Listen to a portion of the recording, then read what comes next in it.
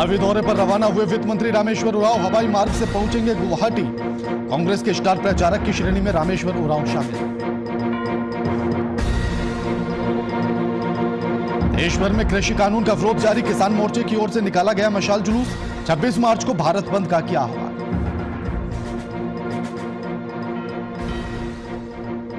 RIMS में social distancing की उड़ाई गई धज्जियां। रंग दे रिम्स कार्यक्रम की 2 गज की दूरी भूला प्रशासन। रिम्स की कार्यशैली पर खड़े हो रहे सवाल। विधायकों को पीटे जाने का विरोध प्रदर्शन। पूर्व सांसदों ने भी मामले पर जताई नाराजगी। घटना की घोर निंदा।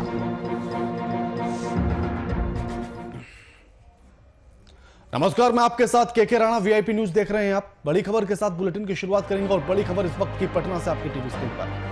पुलिस लाइन में लगी भीषण आग। आग लगने से अफरा तफरी मच गई है इलाके में। पुलिस लाइन में लगी भीषण आग से इलाके में अफरा तफरी का माहौल। मौके पर आला अधिकारी मौजूद। मौके पर पहुंची दमकल विभाग की टीम। आग पर काबू पाने की कोशिशें जारी, प्रयास जारी। राजीव नगर के बुद्धा कॉलोनी की घटना है।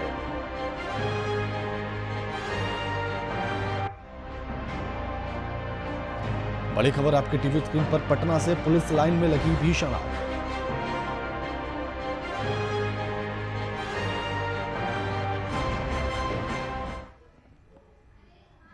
इस खबर पर हमारे साथ हमारे संवाददाता अनिल कुमार फोन लाइन पर जुड़ गए हैं। अनिल, पुलिस लाइन में आग लग गई है, पूरी जानकारी क्या कुछ है? जी बिल्कुल राणा, अगर आज बुधवार की बात करें हम तो बुधवार का दिन जो है वो आगजनी का दिन भी कहा जा सकता है। ऐसे में अगर राजधानी पटना की बात करें तो अलग अलग क्षेत्रों में लगातार जो है आगजनी की घटना देखी गई है।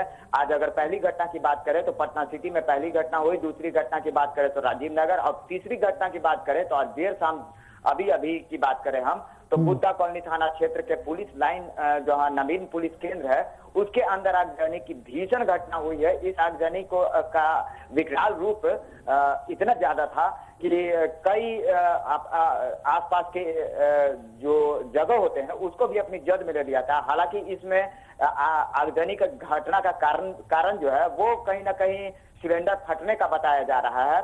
और फिलहाल अभी इस पे अगर 7 से 8 दमकल की गाड़ियां जो है वो आग बुझाने की मशक्कत में जुट गई थी और आग पे पूरी तरह से काबू पा लिया गया है। वहीं घटना के स्थल की अगर बात करें तो यहाँ 2 से 3 लोगों की अभी जो जानकारियां मिल रही है उनके घायल होने की जो सूचनाएं हैं वो मिल रही है। जी फिलहाल मौजूदा स्थिति क्या है? आग पर काबू पाया गया अनिल? जी बिल्कुल, यहाँ पे आग के पूरी तरह से काबू पा लिया गया है। वहीं अब इसके पूरी छानबीन की जा रही है कि आखिरकार इस घटना से कितने लोग आहत हुए हैं, कितने लोग घायल हैं। अब उनकी खोजबीन लगातार जारी है। हालांकि अगर बात करें हम इस घटना की तो ये बहुत बड़ा एक हादसा था जो कि समय रहते टल गया है, लेकिन कहीं ना कहीं अभी दुर्घटनाओं का दौर जो है वो देखने को मिला है। ऐसे में ये भीषण आगजनी जो है वो देखने को मिला है। यहाँ पे कई लोग घायल हैं, इसकी जांच अभी जारी है। शुक्रिया अनिल, आपका हमारे साथ ये तमाम बातचीत करने के लिए।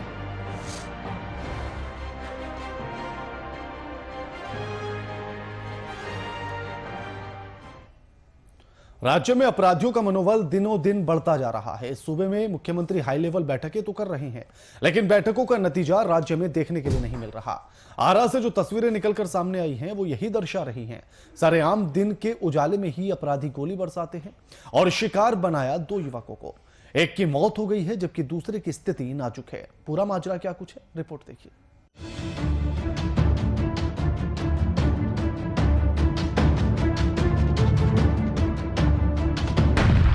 हाई वोल्टेज ड्रामे पर हाई लेवल मीटिंग।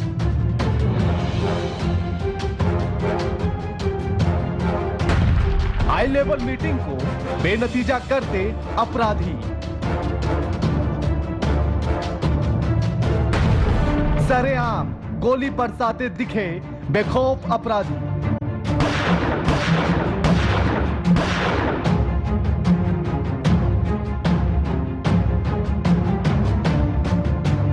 जानते हैं आप बिहार में क्या है? सुशासन है, कानून का राज है, अपराध नियंत्रित है, ऐसा सत्ताधारी कह रहे हैं।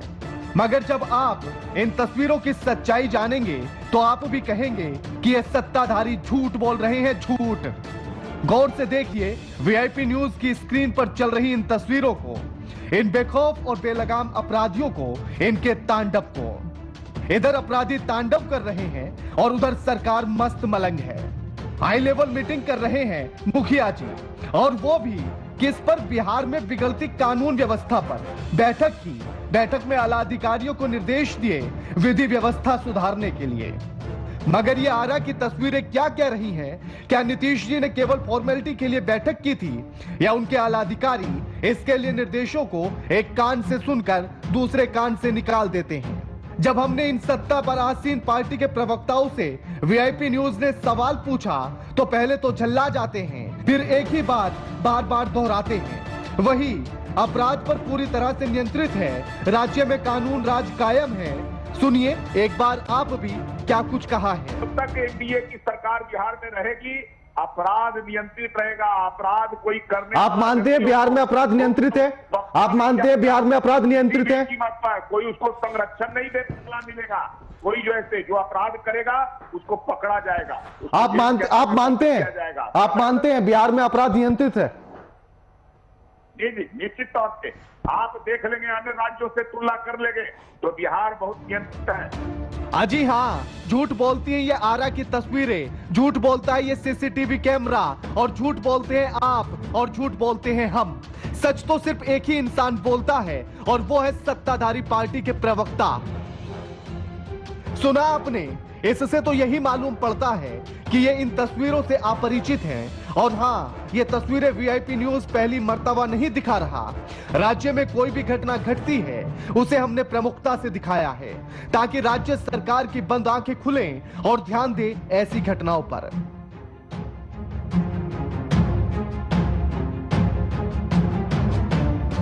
ये तस्वीरें देखिए, आरा के भोजपुर की ये तस्वीरें हैं जहां दिन दहाड़े गोलीबारी चल रही है।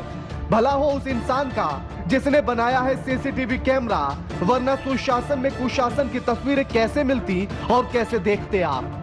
कुख्यात हिस्ट्री शीटर बुटन चौधरी का भतीजा दीपू और उसका दोस्त गुड्डन गए थे बाजार कीर्तन का सामान लेने के लिए, मगर इन अपराधियों ने उन्हें वापस लौटने ही नहीं दिया। दिन के उजाले में ही सरेआम बाजार में मुख्य दर्शकों के सामने ही गोली मार दी गई,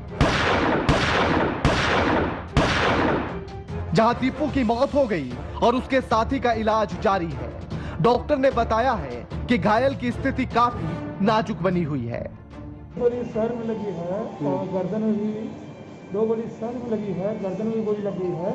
पेशेंट अनकॉन्शियस है, बेहोश है। जब आया तो पीपी पल्स नहीं था, हम लोग बड़ा तेजी से ब्लड वो चढ़ाया है, फ्लूइड वगैरह, एंटीबायोटिक वगैरह दिया है। उसके बाद देखते हुए बीपी पल्स तो आ गया है, लेकिन अभी पेशेंट बेहोश है। काफ़ी मामला सीरियस है। हम लोग लगे हुए हैं तो इनके परिचित कोई भी नहीं है। पुलिस लाई है तो हम लोग ये कर्तव्य समझ के अपना सेवा कर रहे हैं, देख प्रयास करते हैं शायद रिकवर हो जाए। बिहार में वही सरकार है, वही नीतीश कुमार मुख्यमंत्री हैं जो पिछले 15 सालों से राज कर रहे हैं बिहार पर। खुद को कहते हैं सुशासन बाबू। सुशासन का तो पता नहीं, लेकिन बाबू तो वो हैं। किसके पता नहीं, बता देते हैं। झूठ के बाबू हैं वो, झूठे वादों के बाबू हैं वो, झूठी सुशासन के बाबू हैं वो। और हाँ, जब प्रशासन से इस पूरे मामले पर सवाल पूछा गया तो वो भी झल्ला गए, ठीक उसी तरह से जैसे आपने सुशासन बाबू को झल्लाते हुए देखा होगा। सवाल पूछने पर डीएसपी साहब कहने लगे कि सीज कर दूंगा आपके कैमरे को, चले जाइए यहां से।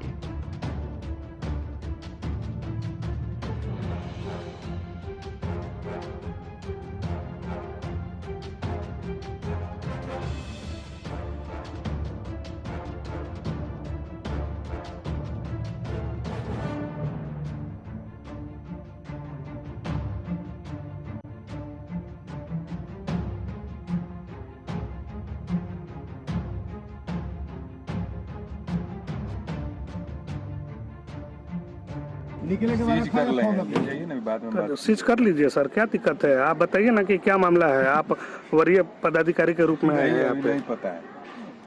गोली लगा है सर, एक हत्या हुई है। थाना प्रभारी से बात की है, आपके क्षेत्र में हुआ है, वो बताएंगे।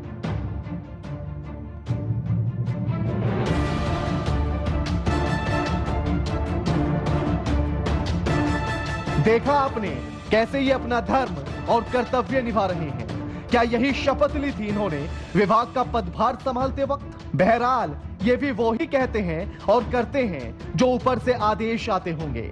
अब देखना यह होगा कि ऐसे बेखौफ और बेलगाम अपराधियों पर कब लगाम लगेगी और हाई लेवल मीटिंग करने वाली सरकार कब अपराध पर नियंत्रण लगाएगी और कब दिखेगा इन बैठकों का असर।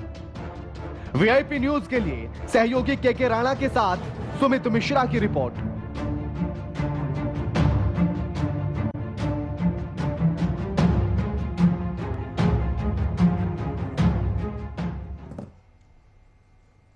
दो 2020 की तरह झारखंड में इस बार भी रामनवमी और सरहुल की झांकियां नहीं निकाली जा सकती।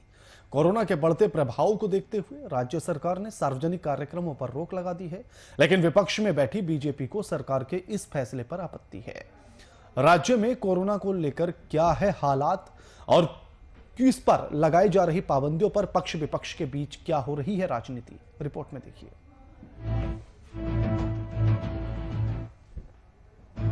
देश में तेजी से फैल रहे कोरोना यानी कोविड-19 के दूसरे चरण का असर अब धीरे धीरे झारखंड में भी दिखने लगा है। राज्य में एक बार फिर कोरोना संक्रमितों की संख्या बढ़ने लगी है।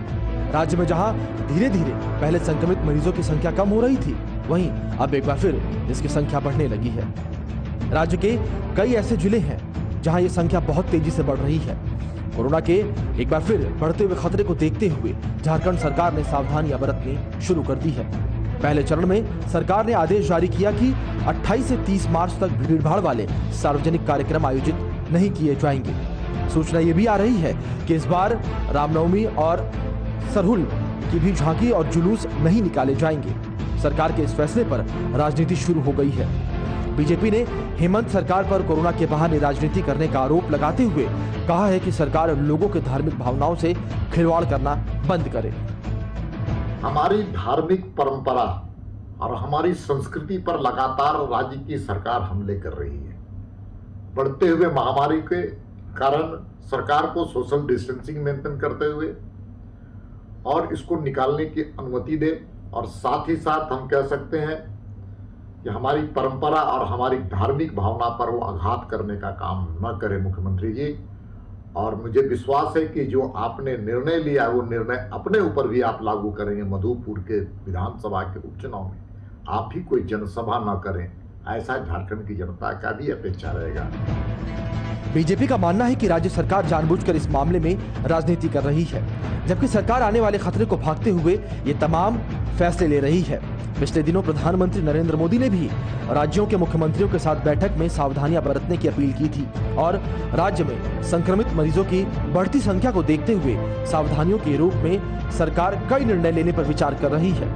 अब जब बीजेपी ने आरोप लगाया है तो उस पर सत्ता पक्ष का क्या जवाब है वो भी सुनिए। देखिए, हमें लगता है कि भारतीय जनता पार्टी के प्रदेश अध्यक्ष माननीय दीपक प्रकाश जी सिर्फ धर्म के नाम पर राजनीति नहीं होती इस देश में। इस देश में जिंदगियां भी है और कोई भी धर्म यह नहीं सिखाता कि हम अपनी जिंदगियों को दांव पर रख करके हम धर्म के प्रति आस्था रखें।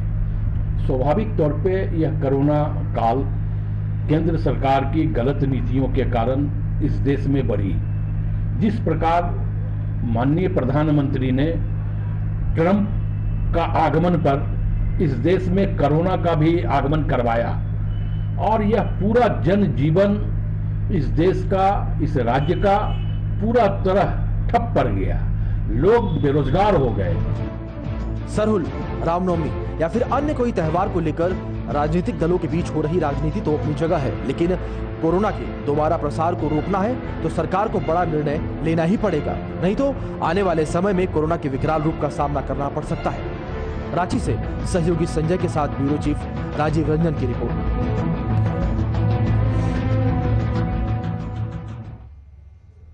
बिहार विधानसभा में 2021 का बजट सत्र हंगामेदार रहा। 23 मार्च को विधानसभा में जो हुआ वो आजादी के बाद देश में पहले कभी नहीं हुआ।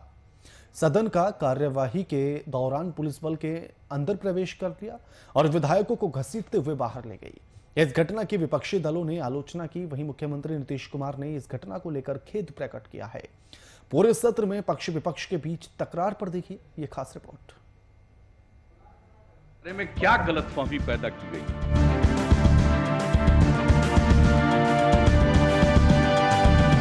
जब हम खड़े होते तो वोट नहीं दिया जाता। बिहार विधानमंडल के बजट सत्र का बुधवार को समापन हो गया। 19 फरवरी को शुरू हुए इस सत्र का समापन दुर्भाग्यपूर्ण रहा। सत्ता पक्ष और विपक्ष के बीच हुए टकराव ने बिहार की संसदीय परंपरा पर एक धब्बा लगा दिया। 1 महीने से ज्यादा लंबे वक्त तक चले बजट सत्र के दौरान सरकार ने कई विधायी कार्य निपटाए। सरकार की तरफ से सदन में कुल 13 विधेयक पेश किए गए और इन्हें स्वीकृत कराया गया। इसके अलावा सरकार ने मौजूदा वित्त वर्ष के लिए अपना बजट भी पेश किया और राज्यपाल के अभिभाषण पर धन्यवाद प्रस्ताव भी पास हुआ। सदन में सीएजी की रिपोर्ट भी पेश हुई। इस रिपोर्ट में सरकार के बजट निर्माण प्रणाली से लेकर अन्य वित्तीय गड़बड़ियों को उजागर किया गया। सत्र के आखिरी दिन बिहार विधानसभा के उपाध्यक्ष पद पर महेश्वर हजारी का निर्वाचन भी हुआ। मेरा नाम तेजस्वी यादव है। बात ये लोग अच्छे से पहचान काला दिन है तो काले दिन आपको भी सदन में धक्का मुक्की की गई, आपके साथ भी वहाँ धक्का मुक्की की गई। कोई राइट नहीं है वहाँ पुलिस का। आप जबरदस्ती कोई कानून को फोर्स नहीं करा सकते। हमारा अधिकार है, हम विरोध करेंगे। हम अपनी बात को, कल मुख्यमंत्री बोल रहे थे, आज हमने वो भी जो है वीडियो फेसबुक पे डाला है कि हमको बोलने ही नहीं दिया गया। समय मांगते रहे, अब बाद में क्या कह रहे हैं कि हम जो है बहस करना चाहते थे, एक एक का सवाल लेकर के पूछना चाहते थे। सदन में सत्ता पक्ष और विपक्ष के बीच गतिरोध हर सत्र में देखने को मिला, लेकिन इस बार जो हुआ वो शायद भुलाया ना जा सके। विपक्षी सदस्यों का अध्यक्ष के आसन पर चढ़ जाना, सदन के अंदर पुलिस का बुलाया जाना, विधायकों की तरफ से स्पीकर को बंधक बनाया जाना या फिर सदन पोर्टिको की सीढ़ियों पर विधायकों को घसीटकर बाहर फेंका जाना, ये सब कुछ विधानसभा भवन में पहली बार ही देखने को मिला। चीजों को संक्षेप में कह दिया गया, लेकिन ये बहुत ही आश्चर्य का विषय है कि इसके बारे में क्या गलतफहमी पैदा की गई है और ये बात समझ में नहीं आया कि कोई अपनी बात कह नहीं रहे, सदन की कार्यवाही को बाधित करने की कोशिश कर रहे हैं। किसने समझाया, किसने ये चीजों को बताया? ये पूरा का पूरा किया जा रहा है। ये बीएमपी, बिहार मिलिट्री पुलिस, ये उपयोगी नहीं है इसका नामकरण, इसलिए उसका नाम और दूसरे सभी जगहों पर इस तरह का नाम नहीं है राज्य के अंदर। और बिहार में अभी तक बिहार मिलिट्री पुलिस नामकरण था, इसको बदल करके जो बताया गया बिहार सशस्त्र पुलिस बल, अब इसका नामकरण किया गया। और इसके अलावे कई जगहों पर जो इन्हें काम सौंपा जाता है, अभी इन लोगों ने बताया। सबसे बड़ी बात देख लीजिए कि बोधगया में महाबोधि मंदिर के पास क्या घटना घटी थी 13 में और कैसी भयंकर घटना घटी थी, किस तरह से वो बचा था। हम लोग तो तुरंत सुबह जाकर के वहां पर एक एक चीज को देख रहे थे और सारा काम किया, उसका पूरा का पूरा बाउंड्री और एक एक चीज बनाया। सदन में पहली बार ऐसा हुआ कि सत्ता पक्ष के ही मंत्री ने उंगली दिखाई और चुनौती दे डाली। बजट सत्र में कई ऐसे मौके आए जब तय समय पर सदन की कार्रवाई शुरू नहीं हुई। स्पीकर अपने चैम्बर में नाराज होकर बैठे रहे या फिर उन्हें बंधक बना लिया गया। पहली बार ऐसा हुआ कि सदन में नेता प्रतिपक्ष अध्यक्ष के आसन तक जाकर खड़े हो गए और शायद पहली बार ही ऐसा हुआ है कि मुख्यमंत्री सदन के अंदर विपक्ष के विधायकों को खुलेआम धमकी देते नजर आए। Desk report, VIP news, Patna. इसके बारे में क्या गलतफहमी पैदा की गई?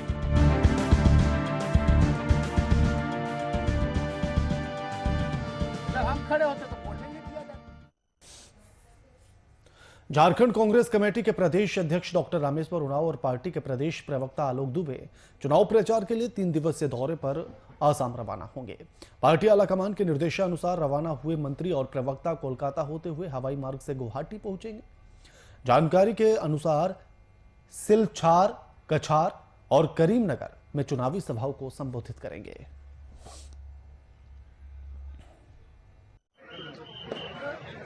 पार्टी ने स्टार प्रचारक की सूची में मुझे रखा है। कल मैं बागमुंडी गया था, जनसभा को संबोधित किया, उम्मीदवार के पक्ष में वोट मांगा।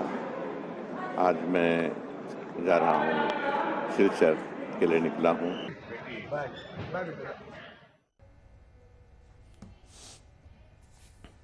कृषि कानून के विरोध में राजधानी रांची में संयुक्त किसान मोर्चा की ओर से 26 मार्च को भारत बंद का आह्वान किया गया। बंदी से पूर्व संयुक्त किसान मोर्चा के द्वारा मशाल जुलूस निकाला गया। संयुक्त किसान मोर्चा के द्वारा त्योहारों को देखते हुए दोपहर 12 बजे तक ही बंद का आह्वान किया गया। मशाल जुलूस में आरजेडी के उपाध्यक्ष राजेश यादव भी शामिल हुए।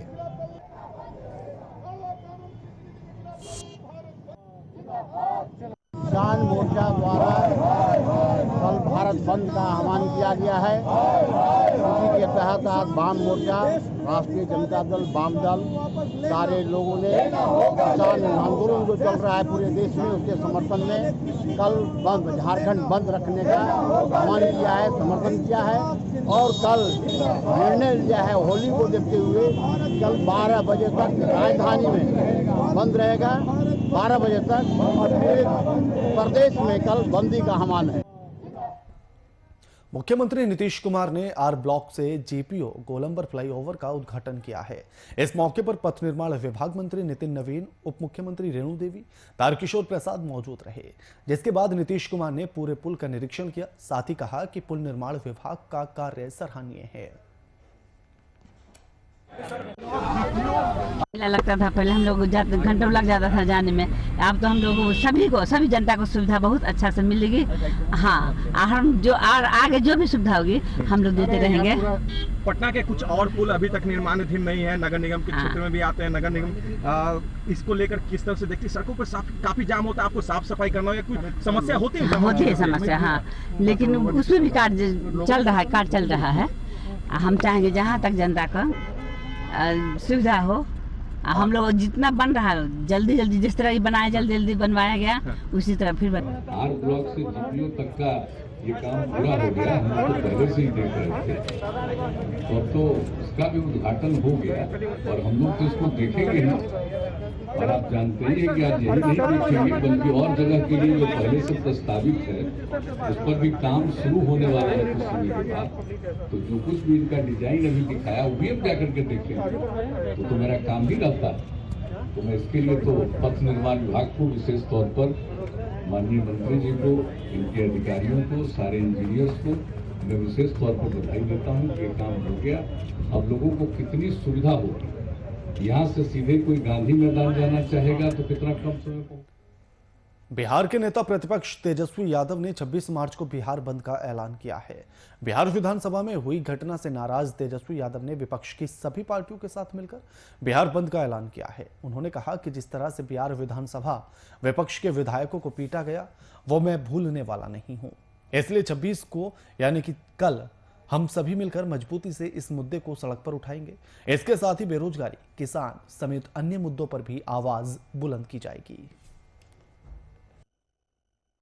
करना पहली बार हुआ या किसी अध्यक्ष के कक्ष को घेरना पहली बार हुआ है, लेकिन हाँ, ये जरूर पहली बार हुआ कि बंदूक के नोक पर पुलिस ने अपना ही एक्ट जो है वो पास कराने का काम किया।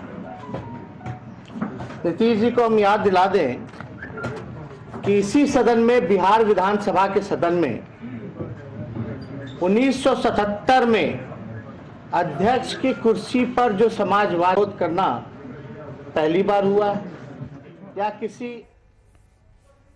बिहार विधानसभा में विधायकों को पुलिस के द्वारा पीटे जाने के विरोध में पूरा विपक्ष गोलबंद है। पूर्व के सांसद और नेताओं की ओर से भी नीतीश सरकार की पुलिसिया कार्रवाई पर खासी नाराजगी है। इस घटना की निंदा की गई है।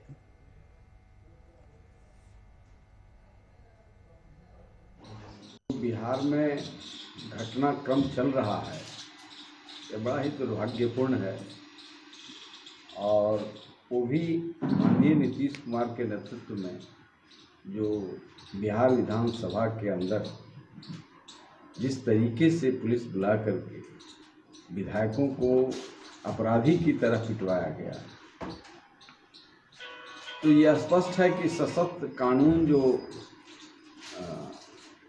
बना रहे हैं ये एकदम तानाशाही को संरक्षित करने के लिए बना रहा है।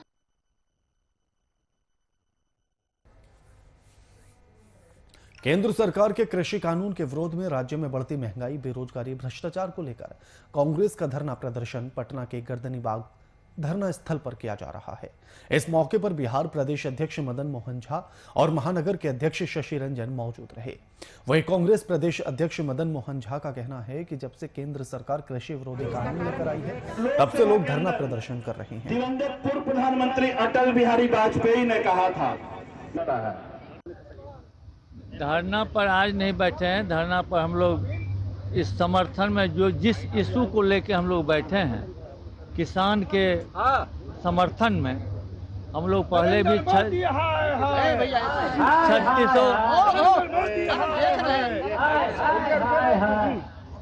3600 जिला का हम लोग दौरा कर चुके हैं। इसका धरना केंद्र सरकार के द्वारा तीनों कृषि विरोधी बिल, लोकतंत्र की हत्या, महंगाई, बेरोजगारी, भ्रष्टाचार के खिलाफ हम लोग आज धरना प्रदर्शन पर बैठे हैं। और अभी गेहूं का कटाई का समय है। हम चाहेंगे एपीएमसी एक्ट जिस तरह 2006 में नीतीश जी ने निरस्त किया और बिहार से मंडी को समाप्त किया, पिछले 14 वर्षों के अंदर गेहूं की खरीद एमएसपी पर मात्र 1% हुई है। इस धरना के माध्यम से किसानों के समर्थन में हम मांग करते हैं बिहार सरकार से कि जो गेहूं की कटाई हो वो 100% बिहार में एमएसपी के आधार पर पैक्सों के माध्यम से खरीदारी हो। बुलेटिन में फिलहाल इतना ही। लगातार खबरों के लिए देखते रहिए वीआईपी न्यूज। नमस्कार।